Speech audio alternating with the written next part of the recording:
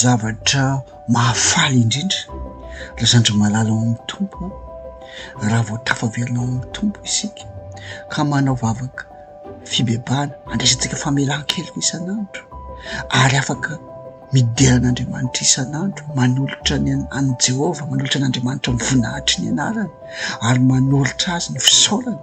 Tadidro tsara fa mivelonao amin'ny fanatrehan'Andriamanitra ny fiainantsika, feno fanatrehan'Andriamanitra ny fiainantsika ary tafavelonao amintsika ny tsy hoe fiadanana. Dia izao ny zavatra anankiray fahamarinana fototra mila tena tsapantsika ary mila maharesy lahatra antsika ary mila inoantsika tanora dia izao: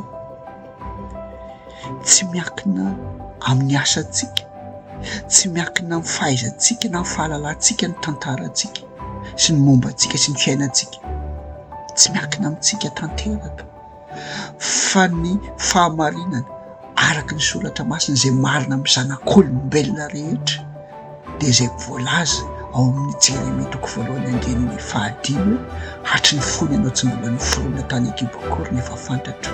Izany hoe midikan'izay dia izao hoe isika rehetra ny zanak'olombelona rehetra dia nohariana tao an-danitra aloha.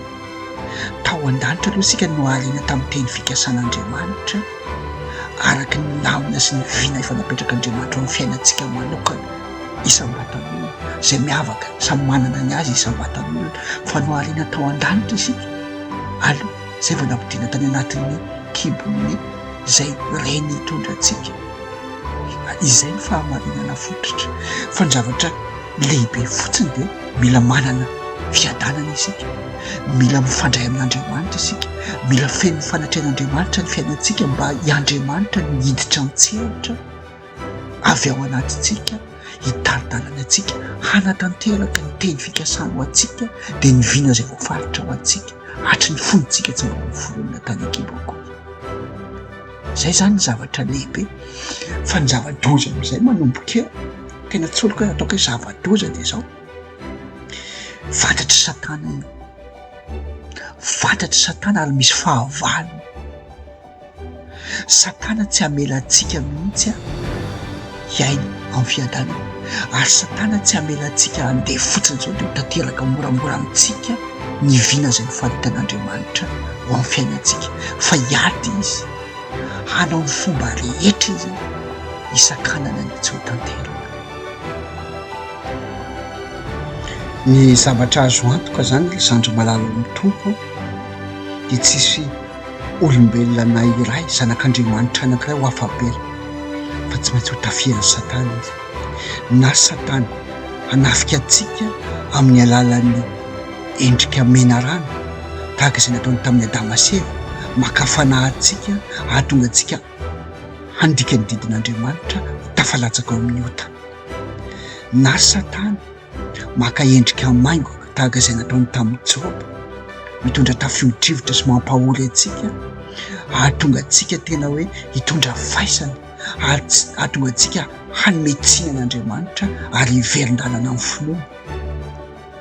Na Satana maka endrika dragona mba hanandevozany antsika, hanandevozany fanahintsika. Raha sanatria ilay olona ka 100 isan-jato fehezin'ny Satana tanteraka dia ilay antsoina hoe demoniaka. Fa misy ny tena zava-doza dia misy mody ataony afaka fa feheziny amin'ny zavatra anankiray, misy fahalemena, misy ota mamatotra azy anankiray dia fatorany ilay olona.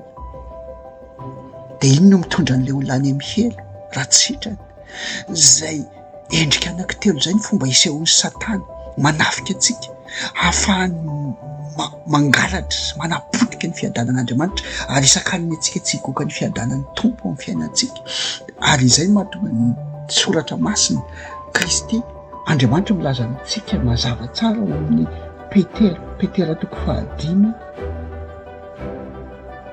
Petera 2:5 manao hoe mahonoana tena miambeny fa ny devoly fahavalonareo mandehandeha tahaka ny liona mierina mitady izay harapany.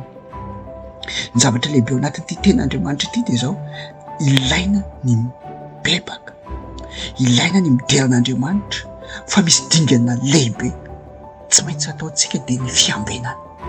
fiambenana ny fanahintsika, fiambenana ny fiadanana izay nomen'Andriamanitra antsika, fiambenana ny hoavintsika izay efa voasoratra Andriamanitra tao an-danitra ao antsika tsy ho poteran'ny Satana.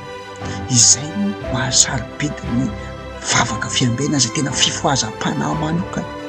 Matetika isika mahatsapa fa misy fotoana isika tena mivavaka tena feno fanatrehan'Andriamanitra faly tampotampoka ao miala eo tsika afaka minitra vitsivitsy manjavona avy hatrany satria tonga Satana manakorotana saintsika, mampitonga antsika ikorotan-doha avy hatrany, tonga Satana maka fanahintsika, manjavona tampotampoka eo ny fiadanana izay tokony ho raisintsika vokatry ny vavaka nataontsika.